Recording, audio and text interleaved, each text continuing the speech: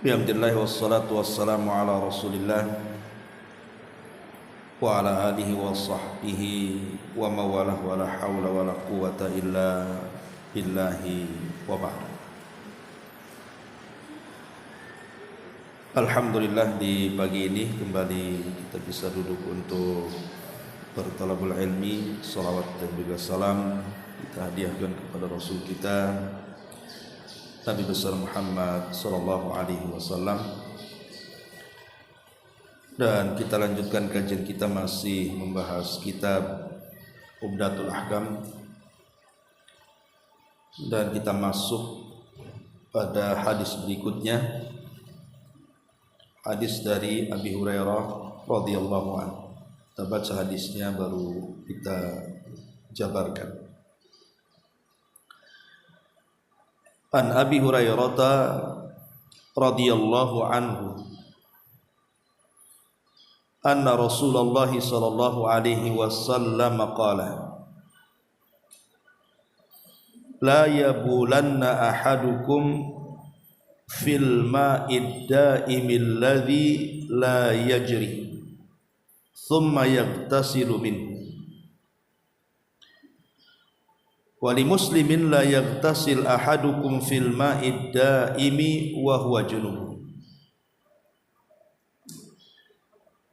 Dari Abu Hurairah radhiyallahu anhu, Nabi sallallahu alaihi wasallam bersabda, janganlah salah seorang di antara kalian kencing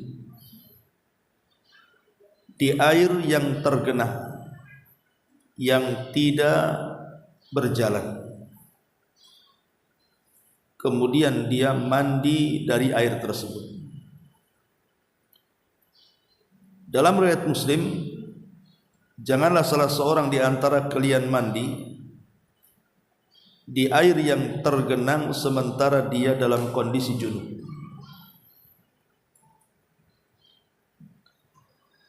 Hadis ini, ma'asyiral muslimat yang dimuliakan Allah Subhanahu wa taala, hadis yang menerangkan tentang adab ataupun etika orang buang hajat.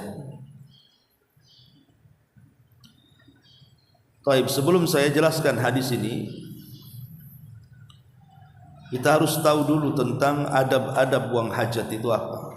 Kan ini salah satunya. Yang pertama, adamu istiqbali qiblatis salati indal bauli wal ghaib. Tidak boleh seseorang itu ketika buang hajat dia arahkan ke kiblat salat, baik ketika kencing ataupun berak. Jadi tidak boleh seseorang menghadap kiblat. Makanya walaupun ada khilaf di antara ulama tentang hadis larangan menghadap kiblat ini, maksudnya adalah apakah di luar daripada kamar mandi atau juga termasuk juga di kamar mandi. Memang terjadi khilaf ulama. Walaupun ada yang membolehkan kalau di dalam ruangan kamar mandi maka tidak mengapa. Tapi larangan ini lebih kepada kalau kita buang hajat di luar rumah, di tempat terbuka maksudnya.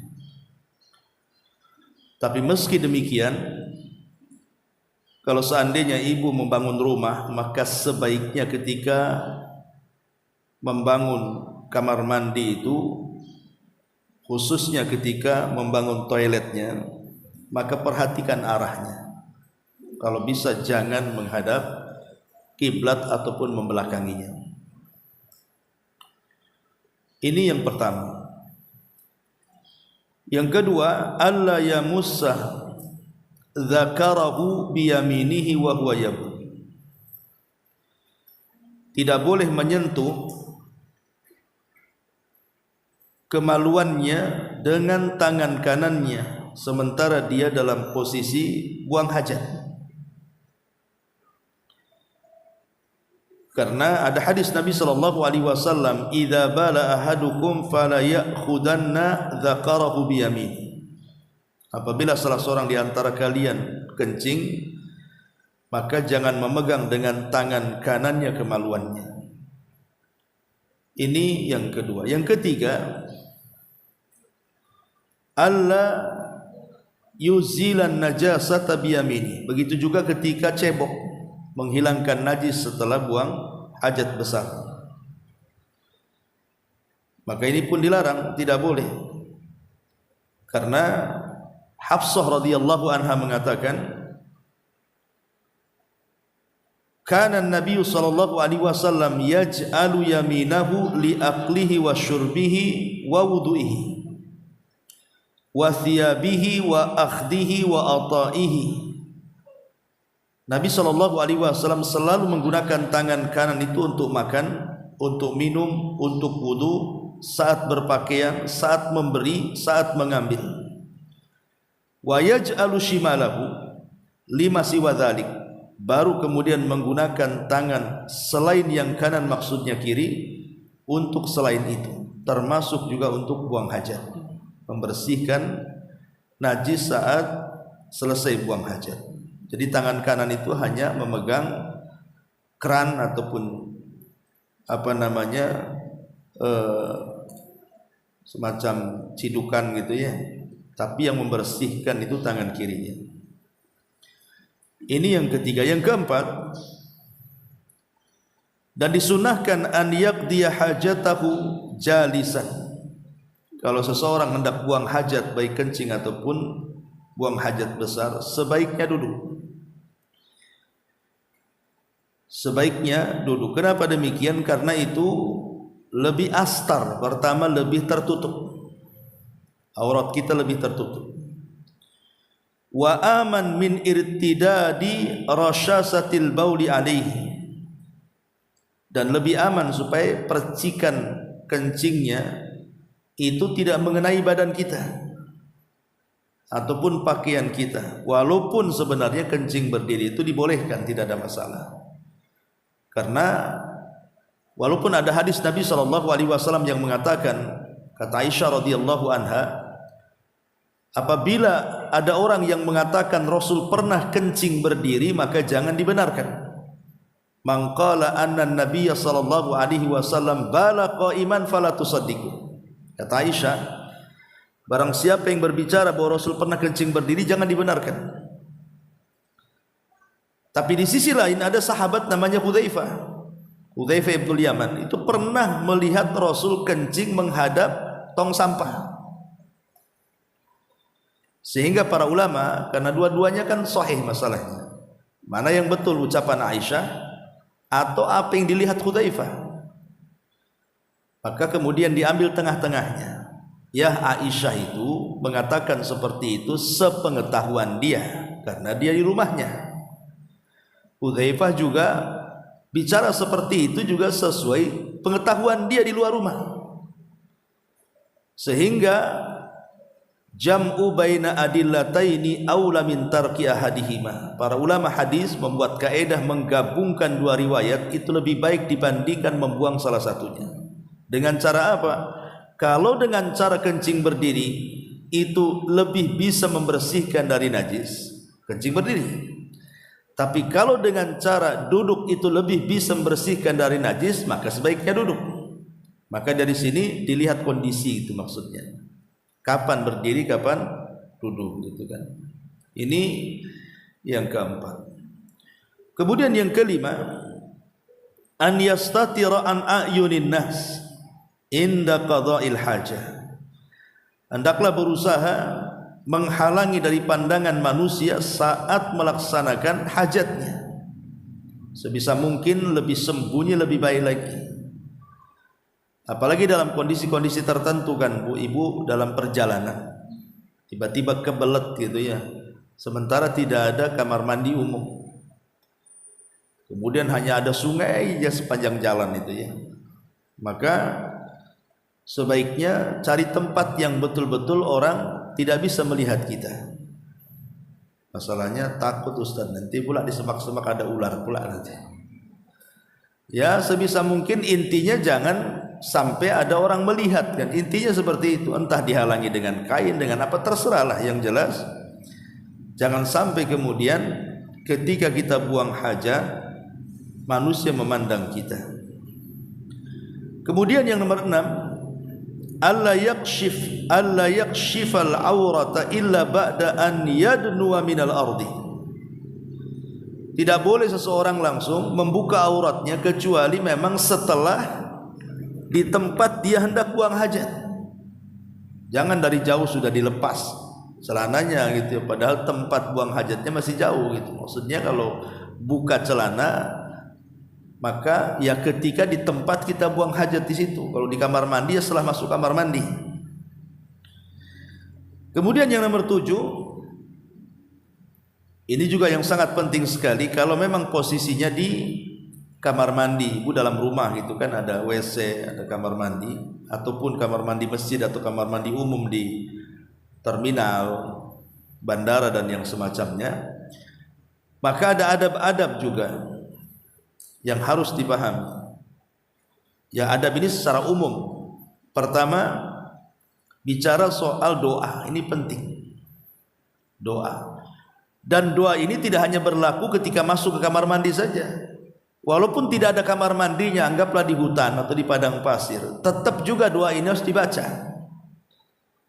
Cuman bedanya kalau masuk kamar mandi doanya itu dibaca ketika di pintu kamar mandi kan itu. Tapi ketika kita tidak posisinya di menghadap kamar mandi, di pelataran umum ataupun seperti hutan atau padang pasir, maka saat membuka celana itu, saat hendak buang hajat, disitulah kita disunahkan untuk berdoa, Allahumma inni a'udzubika minal khubzi wal khaba'ith.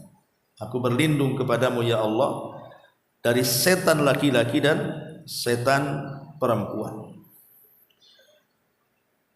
Kemudian setelah selesai semuanya keluar, maka di situ juga ada doa yang diajarkan, ghufranaka. Ada hadis memang yang ma'ruf gitu ya, alhamdulillahilladzi adhaba annil adza wa afani. Tapi hadis ini dilemahkan oleh para ulama sehingga cukup kita mengucapkan ghufranaka. Selesai ya. Ini yang nomor 7. Yang nomor 8, al-i'tina bi izalatin najasati ba'dal faragi min qada'il hajah. Berusaha untuk membuang najis. Ya, kalau ibaratnya kita di toilet kan enak tuh kalau tinggal disiram gitu ya kan.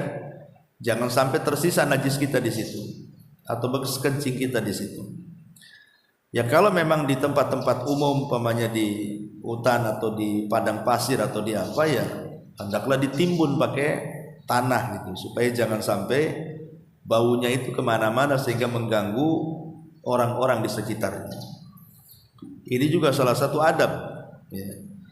Kemudian yang nomor 9, ayyakuna ghaslun najasati aw mashuha thalatha marratin aw witran ba'da thalathi. Ketika seseorang cebok baik dengan air ataupun dengan batu istijmar, maka disunnahkan menggunakan 3 gayungan.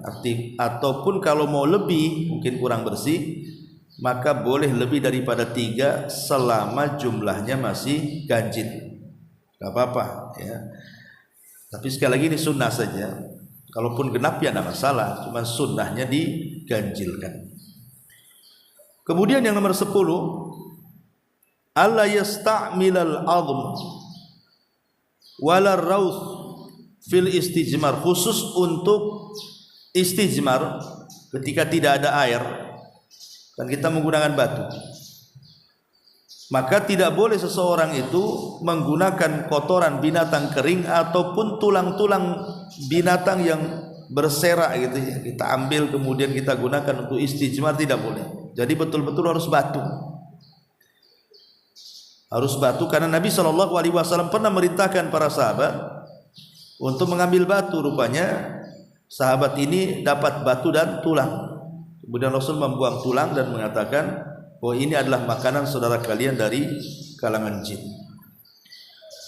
Kemudian yang nomor 11, alla yabula fi tariqin nas wala fi dhilli yastadillu bihin nas wala fil mawarid. Tidak boleh seseorang itu kencing sembarang seperti mamanya kencing di jalan yang biasa dilalui manusia, atau di tempat yang dijadikan naungan manusia di bawah pohon umpamanya, ataupun di tempat-tempat sumber air yang airnya ini mengalir dan dimanfaatkan manusia. Jadi tidak boleh 3 tempat ini seorang kencing ataupun apalagi buang hajat, kencing aja tak boleh. Di jalan yang suka dilalui manusia, satu. Yang kedua, di tempat yang biasa manusia bernaung di situ, tempat istirahat. Dan yang ketiga, di tempat-tempat yang di situ merupakan sumber air yang airnya mengalir dan dimanfaatkan manusia. Karena ada hadis Nabi SAW, ittaqul la'anin, jauhi tempat-tempat laknat. Qalu, para sahabat mengatakan, wa man la'anin wa man la'inani, apa yang Anda maksud tempat-tempat yang dilaknat itu Rasul? Maka Nabi SAW mengatakan, alladhi yatakhalla fi tariqin nasi aw dhillihim, orang yang buang hajat baik kencing ataupun berak di jalan yang biasa dilalui manusia atau di tempat yang biasa menaungi manusia, di bawah pohon atau apa ya. Dan juga hadis Nabi mengatakan al-baraz fil mawarid, tidak boleh kencing fil mawarid, di tempat-tempat sumber air. Nah, ini juga yang nomor 11 ya. Kemudian yang nomor 12, alla yusallim ala man yaqdi hajatahu wa la yaruddas salam wa huwa fi makani qada'il hajah. Tidak boleh mengucapkan salam kalau kita tahu dia ada di kamar mandi. Tidak boleh kita yang tahu orang ini sedang di kamar mandi, kita mengucapkan salam juga kepada dia. Dan tidak boleh orang yang di dalam kamar mandi menjawab salam, karena Nabi SAW melarang, tidak boleh. Sebutkan dalam sebuah hadis dari Jabir bin Abdullah radhiyallahu anhu. Jadi ada seorang laki-laki lewat kepada Nabi SAW sementara dia sedang kencing. Tiba-tiba dia mengucapkan salam. Maka Rasul SAW mengatakan, idza ra'aitani ala mithli hadhil halati fala tusallimu alayya fa innaka in fa'alta dzalik lam arudda alayka.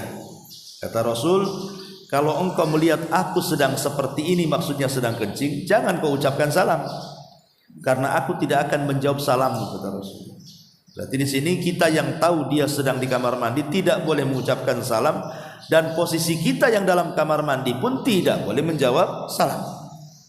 Itu diantara adabnya. Ini yang nomor 12. Yang nomor 13, adamu italatil maqsi bi makani qada'il hajat. Jangan lama-lama Bu kalau di kamar mandi. Jadi kita masuk ke kamar mandi itu hanya sesuai dengan hajat kita. Kencing, setelah kencing sudah keluar. Buang hajat besar, setelah selesai cepat keluar. Ngapain lama-lama di kamar mandi? Ya, kenapa demikian? Karena umumnya kamar mandi itu kan tempat najis, Bu. Kamar mandi kan tempat najis, tempat kotoran. Dikhawatirkan mungkin kotoran dan najisnya itu mengenai pakaian kita. Yang kedua, yang namanya kamar mandi itu tempat hadirnya setan di situ. Makanya masuknya saja kita disuruh berdoa berlindung dari setan laki-laki dan perempuan. Kemudian juga yang ketiga, dengan melama-lamakan di kamar mandi itu sama saja melamakan membuka aurat kita di situ. Kalau ada orang yang bertanya, loh kan di kamar mandi kita sendirian di situ. Ya memang sendirian, tapi Allah kan melihat kita. Sehingga ada hadis dari Muawiyah ibn Haidah. Dia mengatakan, Rasul, aurat kita ini kapan kita harus menjaganya? Maka Nabi SAW mengatakan, ihfad aurataka illa min zaujatika aw ma malakat yaminak. Jaga auratmu kecuali kepada istrimu dan juga hamba sahayamu. Kemudian orang ini mengatakan, Rasul, bagaimana di depan sesama laki-laki? Saya kan laki-laki, dia laki-laki. Maka Rasul mengatakan, kalau kau bisa, jangan kau perlihatkan auratmu walaupun kepada sesama laki-laki. Kemudian dia bertanya lagi, bagaimana kalau seandainya aku membuka auratku tidak ada satu pun yang melihatku?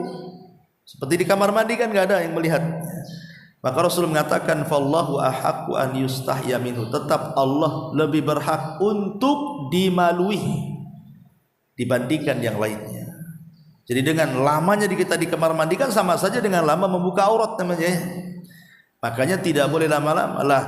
Celakanya hari ini justru kadang-kadang toilet itu diindah-indahin, dicantik-cantikin, lebih indah dibandingkan ruang tamu. Coba dilebarin, dicantikin gitu ya, dikasih interior yang luar biasa. Kalau bisa duduk di situ sejam ya sejam lah kan itu. Apalagi sekarang zaman handphone, kencing aja pegang handphone, buang hajat pegang handphone kan itu. Jadi buang hajatnya selesai, filmnya belum selesai itu. Akhirnya diselesaikan di kamar mandi kan masalah ya. Jadi ini adab di kamar mandi itu adamu italatil maqsi bimakani qada'il hajah. Tidak boleh lama-lama di tempat yang di situ tempat buang hajat. Ini yang ke-13. Yang ke-14 ya. Adamu idkhali ma fihi zikrullah. Tidak boleh memasukkan sesuatu yang dalam sesuatu itu ada zikir Allah. Seperti tulisan bismillah, tulisan asma Allah. Ya, pokoknya ada nama-nama Allah di situ, jangan dibawa masuk kamar mandi. Tidak boleh. Dan itu difatwakan oleh para ulama. Dhahaba jumhurul fuqaha'i ila karahiyati dukhulil khala bi syai'in fihi dzikrullah. Jumhur ahli fikih memakruhkan seseorang itu masuk ke kamar mandi membawa sesuatu yang ada zikir kepada Allah Azza wa Jalla, illa li hajatin, kecuali karena ada hajat, kebutuhan. Seperti umpamanya uang, dalam uang itu mungkin ada tulisan bismillah umpamanya kan. Alhamdulillah uang kita tidak ada tulisan itu ya. Mungkin di uang tempat lain itu. Tetapi sebagian ulama kecuali kalau disembunyikan. Disembunyikan artinya umpamanya kita bawa surat undangan. Dalam surat undangan itu ada bismillahirrahmanirrahim, assalamualaikum umpamanya kan. Nah, kita harus masuk kamar mandi pula. Ini di di tempat umum. Kalau kita letak takutnya hilang, maka kita boleh kita lipat, kita masukkan kantong, kemudian kita masuk. Maka dibolehkan, dan itu fatwa daripada Syekh Utsaimin, selama tidak ditampakkan boleh. Contoh umpamanya di handphone. Di handphone ini kan ada aplikasi Quran. Ya, selama tidak dibuka, kita buka aplikasi lain yang selain ada zikir kepada Allah, tidak ada masalah.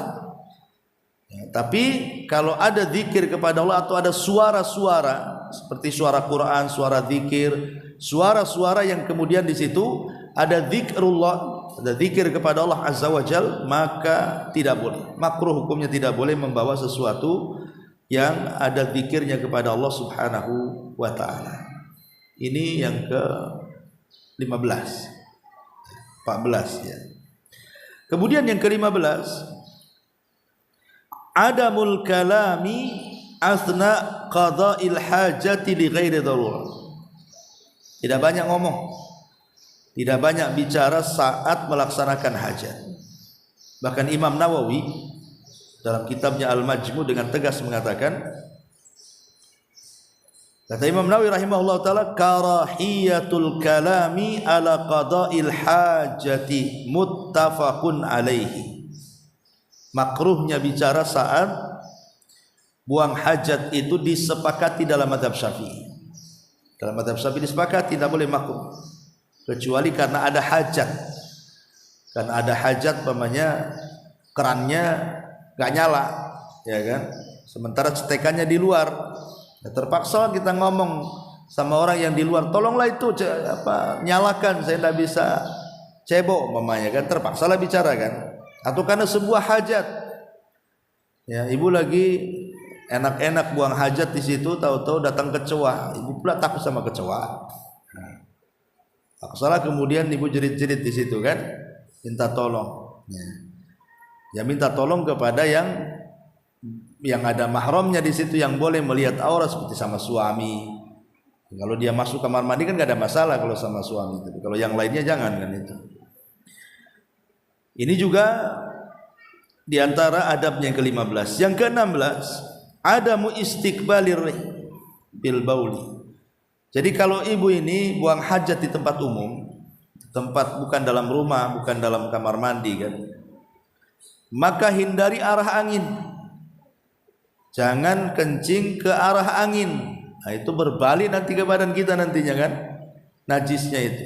Maka perhatikan arah angin itu kemana, jangan sampai menghadap arah angin. Termasuk juga yang ke-17, adamul bauli fi syakki wal hujri wa nahwi dzalik. Tidak boleh kencing menghadap lubang-lubang. Ya, menghadap lubang-lubang yang ada di luar rumah, umpamanya di kebun, di hutan, di padang pasir ada lubang gitu ya. Kita arahkan pula kencing itu di lubang itu. Kenapa demikian? Ada dua kemungkinan. Pertama, lubang itu adalah tempat bersarangnya hewan-hewan yang membahayakan, ular, kalajengking dan yang semacamnya. Ataupun lubang-lubang itu dijadikan tempat bersarangnya syaitan, jin. Sehingga ketika kita kencing di situ, yang marahlah jin dikencingi, ibu aja dikencingi marah, jin juga sama lah marah. Hewan juga sama, dia bisa membahayakan kita kan, itu bisa melawan tuh. Apalagi ular kan itu. Jadi itu juga salah satu adab, tidak boleh kencing diarahkan ke lubang-lubang dan yang semacamnya. Ini yang ke-17. Kemudian yang ke-18, kalau memang sifatnya di kamar mandi, maka taqdimul qadamil yusra, masuk saja kamar mandi kaki kiri yang melangkah, baru keluarnya kaki kanan yang melangkah. Kemudian yang ke-18, di antara adabnya juga adalah seseorang itu al-i'tina bi izalatin najasati ba'da faraghi minal qada'il hajah. Punya perhatian ya terhadap badan dia. Takutnya ada kencing yang keciprat, ada berak yang menempel di badan, ada berak yang menempel di pakaian. Pokoknya sebelum keluar dari kamar mandi pastikan bahwa kita tidak membawa najis. Ya. Dan kalau memang ada terciprati itulah istilahnya dengan najis, maka segera dibersihkan. Karena takutnya kita lupa kemudian pakaian itu pula dipakai sholat. Ya, kita tidak tahu kan gitu ya. Maka ini juga diantara adab buang hajat. Lah yang terakhir inilah yang kita akan bahas tentang hadis Nabi SAW, la yabulanna ahadukum fil ma'id da'imil ladzi la yajri thumma yaghtasilu minhu, wa fi riwayah la yaghtasil ahadukum fil ma'id da'im wa huwa junubun. Tidak boleh salah seorang di antara kalian kencing di air yang tidak mengalir alias tenggenang. Kemudian mandi pula dia di situ. Masalahnya Bu, kadang-kadang ada perumahan-perumahan itu yang di situ disediakan kolam renang. Ya namanya kolam renang ya memang kan kalau kolam renangnya bagus, umpamanya ada air yang mengalir, ada yang masuk, ada yang keluar kan bagus. Tapi kan rata-rata kolam renang itu walaupun ada yang keluar, itu juga yang masuk, diputar-putar aja airnya di situ kan Bu.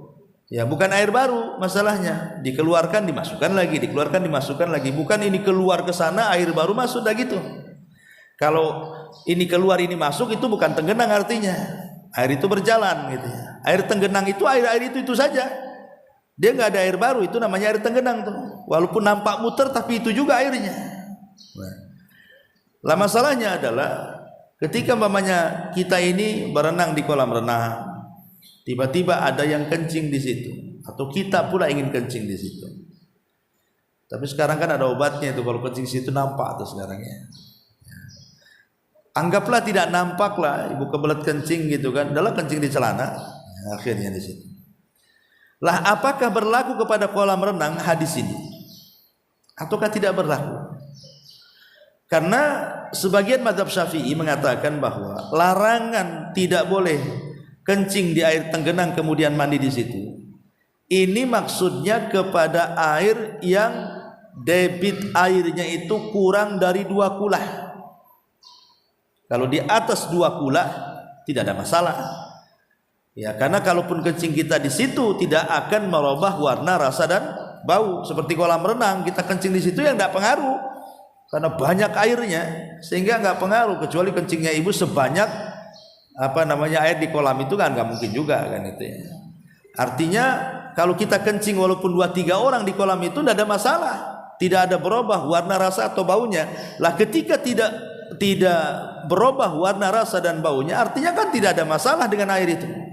Dalam mazhab Syafi'i mengatakan bahwa larangan hadis ini artinya air yang kurang dari 2 kula. Adapun air yang lebih dari 2 kula maka tidak ada masalah.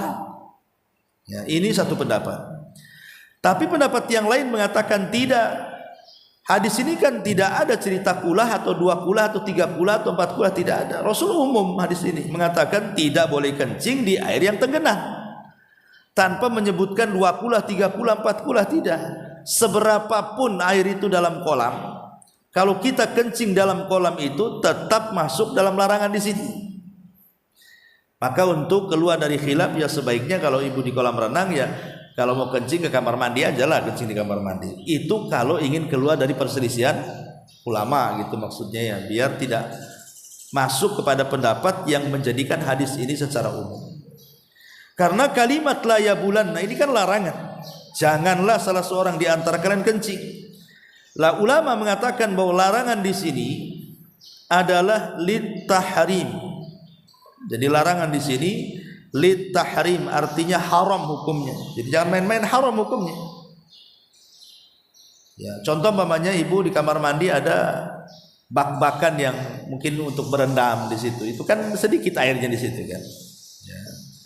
Jadi kalau umpamanya di situ ibu berendam di bak-bakan di situ dalam kamar mandi hotel atau di rumah ibu punya sendiri, ya maka sebaiknya kalau kencing ibu dalam kondisi ngerendam tubuh di situ ya keluar. Jangan pula kencing di situ ibu ngerendam di situ, namanya ibu ngerendam dengan air kencing itu namanya. Ya, jadi tidak boleh karena itu akan membahayakan diri kita juga gitu dari segi kesehatan dan kebersihan. Makanya di sini kata para ulama an-nahyu anil bauli fil ma'il ladzi la yajri.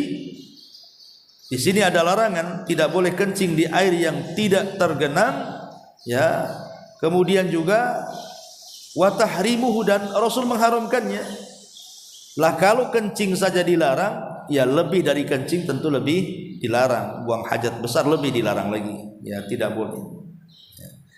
Berarti kesimpulan dari hadis ini kalau air itu mengalir berarti boleh.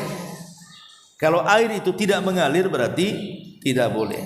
Karena sekali lagi dikhawatirkan kemudian kita kencing di air yang tidak tergenang itu, akhirnya kita mandi di situ, pula kencing kita menempel di badan kita. Ya, wallahu alam. Tetapi kalau seandainya airnya banyak sekali, saya kira tidak ada masalah. Kalau di kolam renang, apalagi di sungai, apalagi di laut, ya kan, ya itu tidak ada larangan. Ibu kencing mau 1 batam di laut pun nggak akan merubah air lautan. Tidak ada masalah kan itu ya. Nah, ini juga diantara adab-adab yang disebutkan oleh para ulama. Wallahu a'lam. Ya Bu, sampai di sini cukup hadis satu ini saja. Baik, sebelum saya tutup, silakan.